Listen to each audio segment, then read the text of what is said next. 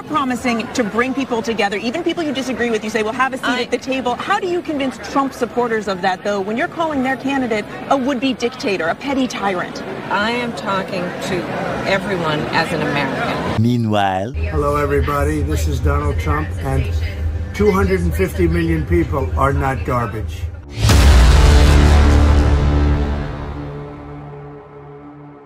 All right, there are two updates for you. Number one, Trump trolls Kamala in an epic way, by the way. I think you guys are going to love this if you haven't seen it already.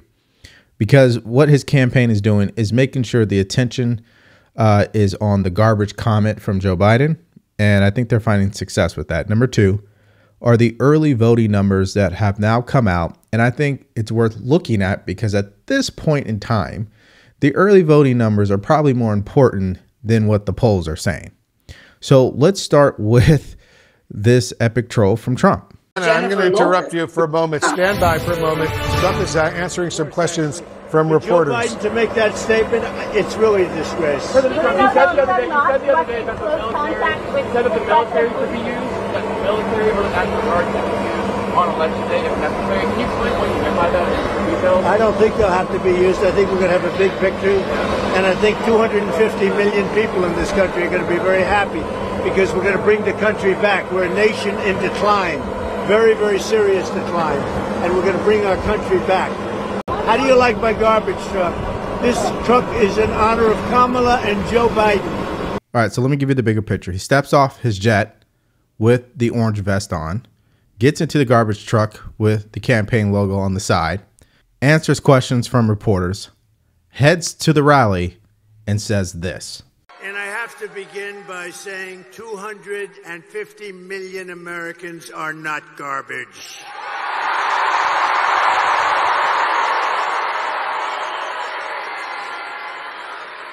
This week, Kamala has been comparing her political opponents to the most evil mass murderers in history. And now, speaking on a call for her campaign last night, crooked Joe Biden finally said what he and Kamala really think of our supporters. He called them garbage. No way. No way. And they actually mean it, even though without question, my supporters are far higher quality than Crooked Joe or Lion Kamala. Higher quality. My response to Joe and Kamala is very simple. You can't lead America if you don't love Americans. That's true. You can't be president if you hate the American people, which I believe they do. All right, so there's just a few things here. Number one, Trump is very disciplined at this point. He's more focused than he's ever been in this campaign, one could argue. And he's closing very strongly. I mean, anything that he can use to dominate the media cycle and take away that attention that Kamala Harris is trying to get for that speech she gave on Tuesday, he's being very successful at that. If you listen to what he's saying, it's exactly the way middle class, union workers, blue collar people who work with their hands, citizens who live in these rural areas, that's exactly how they feel. A lot of the Democratic Party, they're making the mistake of not understanding why Trump has the support that he does. It's about what he represents. He represents a middle finger to the people in Washington. And until the Democratic Party comes to grips with that, they are always going to be in a position where they are going to lose, like in this election. Now, here's Vivek Ramaswamy doing the same thing. Watch.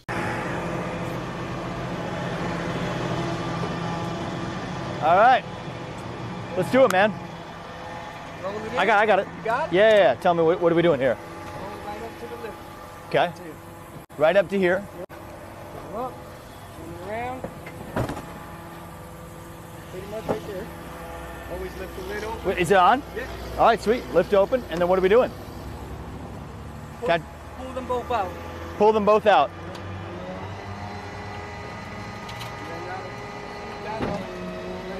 Doing it right? Pull this one back too, or you good? Yeah, you're good right now. Sweet. Wait for it to go all the way up. It's pretty good machinery, actually. It kind of works. Should I pull it back again? Nope. Now just pull. This goes up. Should I pull it? Yeah, pull it out. Pull it out? Yeah. Once it is, it'll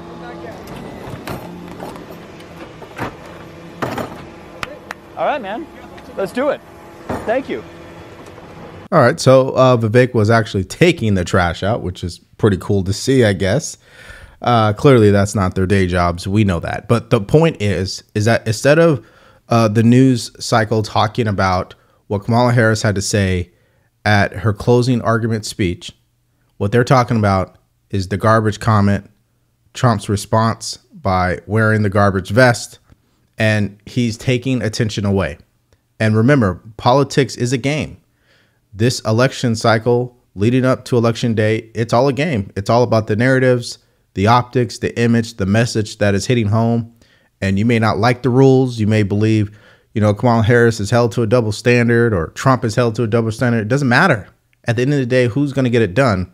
Right now, Trump is doing a phenomenal job at that. Now, he's doing so good that you could hear the frustration when it comes to CNN and how annoyed they are that they even have to talk about this. Check this out. In Green Bay for us. Kristen, what's your analysis based on what we just heard from Trump?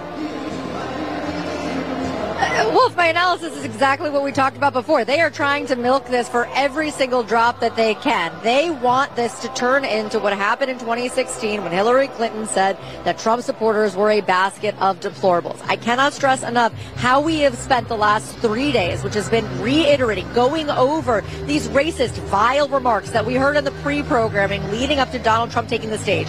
We have talked about how Puerto Ricans have been pulling back from Donald Trump, how they have been calling for him to issue an apology, how that he has not condemned those remarks in any way.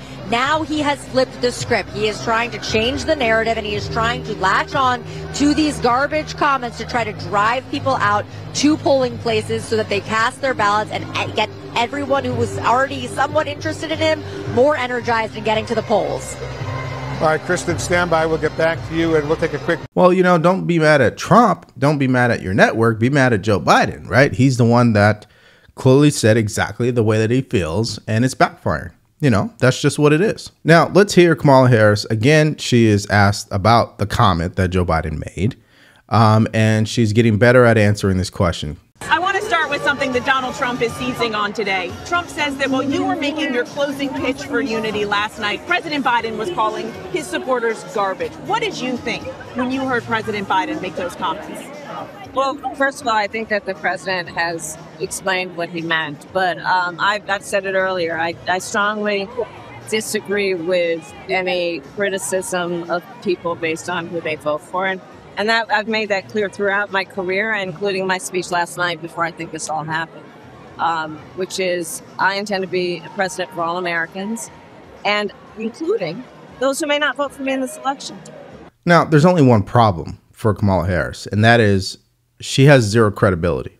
So when she comes out and she says, well, I want to unite this country, but then just a couple of days ago, you wouldn't condemn the rhetoric of calling Trump a Nazi, most people are going to look at her and say, yeah, that's not going to land for us. Sorry. You are promising to bring people together, even people you disagree with. You say, well, have a seat at the table. How do you convince Trump supporters of that, though, when you're calling their candidate a would-be dictator, a petty tyrant? I am talking to everyone as an American. So, that's the problem with her campaign. It's just a manufactured lie and a walking contradiction. Okay, now there's this clip I want to show you.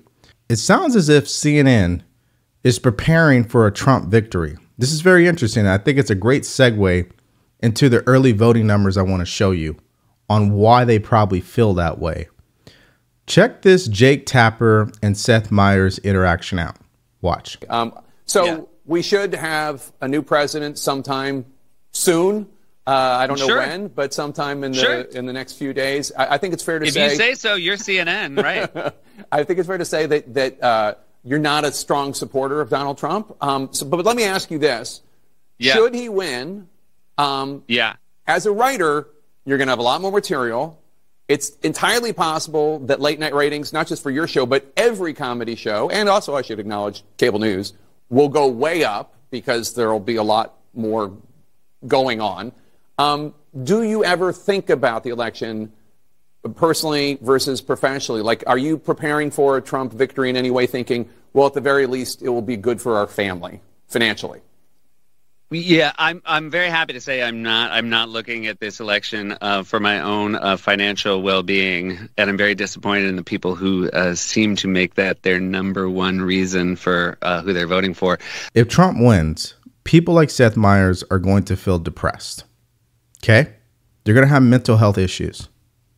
Now, Kamala Harris wins. I don't know any conservatives on the top of my head who are going to get depressed. Okay?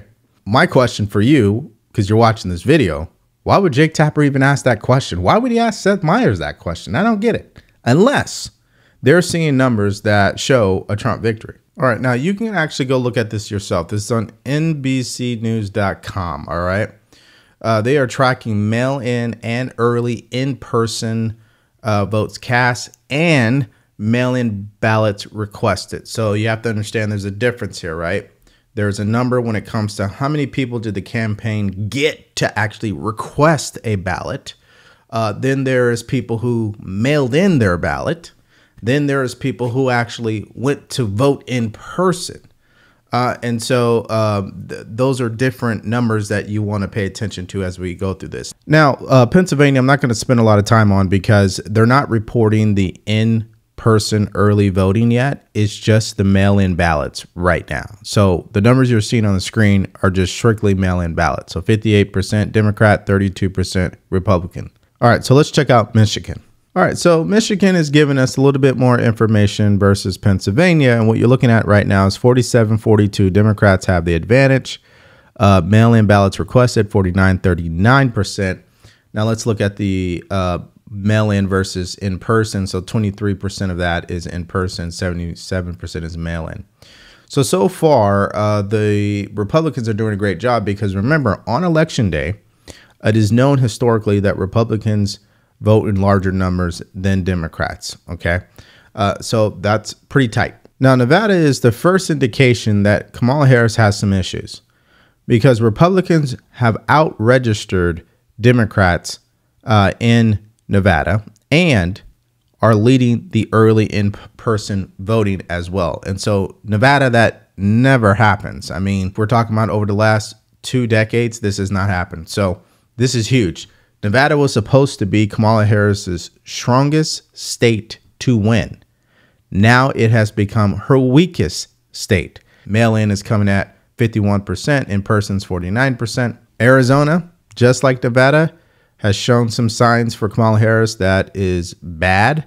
As you can see, Republicans are definitely ahead, 43-34%, and 37-32 when it comes to ballots requested. So, you know, Trump is looking great in Arizona. Nevada, Arizona, those are 2 states that clearly it's not looking like she's going to win. Now, Georgia, very important state, obviously, because of the amount of electoral votes. But right now, Republicans are in the lead, 48-45. So that is a big deal. Now, other is what they would call independent. So things are looking good for Trump in Georgia. So North Carolina is very tight, 34-33. Republicans have the advantage there. And in person is at 95%. So remember, Kamala Harris pulled her campaign ads from North Carolina. So maybe they have internal polling that's telling them, hey, we're not going to win this state. So it sounds like not only are Republicans beating them on early voting, but we know on election day, North Carolina overwhelmingly will be Republican showing up and casting their vote. So that state is looking good for Trump as well. Okay, so here's Wisconsin, the last of the battleground states, and Democrats definitely have an advantage here, 35-23. However, we do know that Republicans, once again, just like Pennsylvania, Michigan, North Carolina, they overwhelmingly will show up on election day. So the question really is, are Democrats ahead of enough in the early voting to offset what the Republicans are going to do on election day? That remains to be seen, of course. Okay, so if we zoom out just a tad here, 41% Democrats, 40% Republicans if you're factoring all of the battleground states together. So that's not good news for Democrats. They need to be farther ahead in the early voting because they know on election day, like I've already stated a couple of times now, Republicans are going to show up and show out. All right, so let's just show you the electoral map based on the early voting that we looked at so far. So Republicans are up in Nevada, they're up in Arizona, They're doing good in Georgia, and they're also doing good in North Carolina. So already Trump is poised at 268. So the question becomes Wisconsin, Michigan, Pennsylvania. Will Kamala Harris win all three of these? No, she's not. She probably will win one, at best two. So it really doesn't matter which state he wins as long as he wins one of these, because if he wins Wisconsin, that's 278. If he wins Michigan, that's 283, right? Or if he wins Pennsylvania, that's 287. So it doesn't matter which way we get there. The result is the same. So this is just a nice little update because I think it doesn't get talked about enough. Where are we when it comes to the early voting numbers? How good are Republicans doing? Because in 2020, they didn't show up whatsoever when it came to early voting. Some people blame Trump because he didn't trust early voting. Some people blame the RNC because they didn't actually put the correct people on the ground to go chase ballots and actually build a team that could get people off the couch. So bottom line, if you're a Republican, you're feeling great. If you're a Democrat, you're feeling anxiety and you're a little nervous right now because normally it doesn't happen this way. So what do we know up to this point? We know that Kamala Harris is the weakest Democratic nominee to ever run for president. That's number one. Number two, she is running as the incumbent, okay? 70% of the country believes we're going in the wrong direction. And when that takes place, history shows us the incumbent party does not win. Number three, Trump is polling higher than he's ever been. In some polls, he's at 50%. Now, that remains to be seen. On Election Day, will that actually hold? But he's doing better than 2020, 2016. Also, he's improved his support with minorities, Black people, Hispanic people, okay? He also is getting support, which is weird, from Muslim Americans in Michigan. That's crazy, I know. And what's also interesting is Kamala Harris has lost significant endorsements over this campaign cycle. We're talking Teamsters, steel workers, the International Association of Firefighters, LA Times, Washington Post. I can go on and on and on. So if you look at the totality, because it's easy to get wrapped up in the narratives that you see on social media and through the Trump deranged media, it's easy to kind of get caught up in those echo chambers. But if you're just looking at the actual raw numbers and the fundamentals of an election, Trump is in a great position. That is my opinion. What do you guys think about Trump making the decision to double down on that garbage message from Joe Biden by trolling Kamala Harris with the garbage vest, Vivek tagging along as well? What did you think about how she responded when they interviewed her about it? And then what do you think about this early voting data?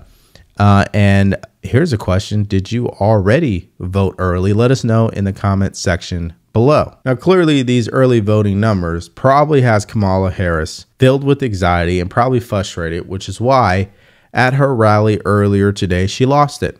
And she's continuing to be interrupted. There are people at her rally protesting her for a multitude of reasons. I did a video on that. If you want to watch it, you can click on it because it's coming up right now.